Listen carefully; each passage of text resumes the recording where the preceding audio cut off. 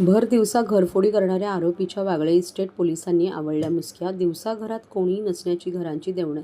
दरवाजाला कुलूप असणाऱ्या घरांची रेकी करून अवघ्या काही मिनिटात दरवाजाचे कुलूप उघडून घरातील सोने चोरी करून पसार होणाऱ्या दीपिक रामगोपाळ वैश्य वय 40 वर्षाच्या आरोपीला वागळे पोलिसांनी मोठ्या शिताफीने अटक केली आहे. वागळे इस्टेट पोलीस स्टेशन हद्दीमधील एकता रहिवासी संघटना चाळ अंबिकानगर येथील महिला सुरेखा शशिकांत खेडेकर वय 41 या आपल्या घराच्या खोलीस कुलूप लावून कामावर गेल्या असता कोणीतरी चोरट्याने घराच्या दरवाजाची कडी कोयंडा तोडून घरात प्रवेश करून 82,000 रुपये किमतीचे दागिने चोरी करून नेले. याबाबतची तक्रार त्यांनी वागळे इस्टेट पोलीस स्टेशन येथे 27 नोव्हेंबर रोजी केली होती. त्या अनुषंगाने गुन्हा दाखल करण्यात आला होता. त्याप्रमाणे पोलीस उपायुक्त प्रशांत कदम, सहाय्यक पोलीस आयुक्त दीपाली खन्ना यांच्या मार्गदर्शनाखाली वरिष्ठ पोलीस निरीक्षक शिवाजी गवारे, पोलीस निरीक्षक प्रवीण सावंत व त्यांच्या पथकाने आरोपीचा शोध घेण्यास सुरुवात केली.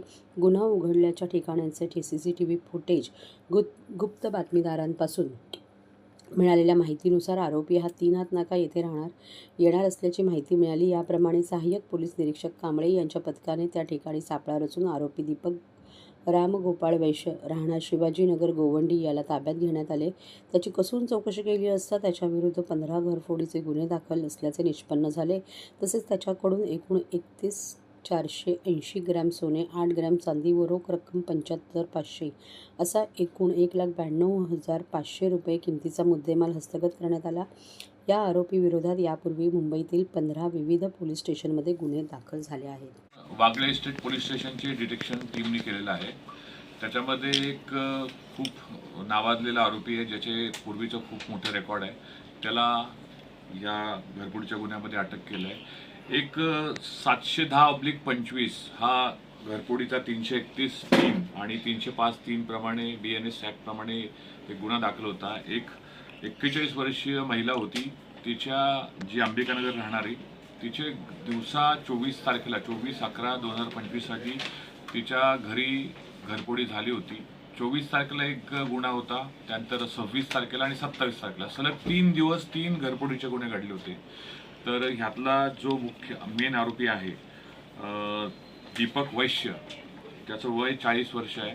तो राहणार शिवाजीनगर गोवंडी इथल्या एरियातला. त्याला आपण या घरफोडीमध्ये अटक केलं. हा वैश्य हा पूर्वीचा मुंबईचा आणि ठाण्यातला रेकॉर्डवरचा आरोपी आहे. त्याच्यावर जवळपास 20 ते 25 गुन्हे दाखल आहेत. आमच्याकडे जवळपास 15 ते 16 गुन्ह्यांची यादी त्याच्यावर दाखल असलेली मिळाली आहे. आणखी त्याच्यावरती गुन्हे होते. आता वागळे इस्टेट पोलीस स्टेशनच्या तपासामध्ये त्यांचे जे 3ही घरफोडीचे गुन्हे डिटेक्ट झालेले आहेत आणि संपूर्ण माल यामध्ये रिकवर झालेला आहे. त्याचबरोबर श्रीनगर पोलीस स्टेशनचे आणखी 2 गुन्हे उघडकीस याच्यामध्ये आलेले आहेत. त्याची आता तपास आरोपीला त्यांच्या हँडओव्हर करून हे परत आरोपीकडून निष्पन्न होईल. त्याचबरोबर आणखी वर्तकनगर असतील किंवा कोपरी असतील, त्याचबरोबर तुमचे कासरवडली असतील, असे आणखी काही गुन्हे या प्रसंगी आता मला वाटतं डिटेक्ट होतील. त्याला आरोपीला जवळपास 3 दिवस पोलीस कस्टडी आहे. 9 तारखेपर्यंत त्याची पोलीस कस्टडी आहे. आता परत त्याची कस्टडी वाढवण्यात येईल आणि संपूर्ण जो मुद्देमाल गेला होता या 3ही गुन्ह्यांचा 100% मुद्देमाल आपण रिकवर केलेला आहे. आणि एक चांगलं डिटेक्शन वागळे इस्टेट पोलीस स्टेशनने केलं असल्यामुळे त्यांचं मी माननीय कमिशनर ठाणे साहेबांतर्फे त्यांचं अभिनंदन करतो. आणि एक हा महत्त्वाचा दिवसा घरफोडी करणारा आरोपी आहे. ह्याची मोडच नेमका तो घरी कोण नसतं त्यावेळेस तो घर पाहणी करतो आणि कडी कोंडा तोडून किंवा त्याचा लॅच असतो तो ओपन करून तो घरफोडी करतो. स्मार्ट एकदम आरोपी आहे. म्हणजे 5 ते 6 मिनिटात पूर्ण दरवाजा ओपन करून घरचे सगळे दागिने साफसफाई करून पसार होतो. रेग्युलर मास्क वापरतो. पण तपासामध्ये आपण विविध टेक्निकल अनालिसिस किंवा सीसीटीव्ही फुटेज यावरून या गुन्ह्याला आरोपीला निष्पन्न केलं आणि त्याला 6 तारखेला तो आपल्या हद्दीत परत घरफोडी करण्यासाठी येत असल्याची माहिती मिळाली आणि आपल्या डिटेक्शन टीमने त्याला ताब्यात घेतलेला आहे. त्याच्याबरोबर काय आरोपी अजून सह आरोपी आहेत? नेमकं काय बॅकग्राऊंड आहे? हा आरोपी मूळचा आहे तो भाजी मार्केट शिवाजीनगर एरियातला आहे.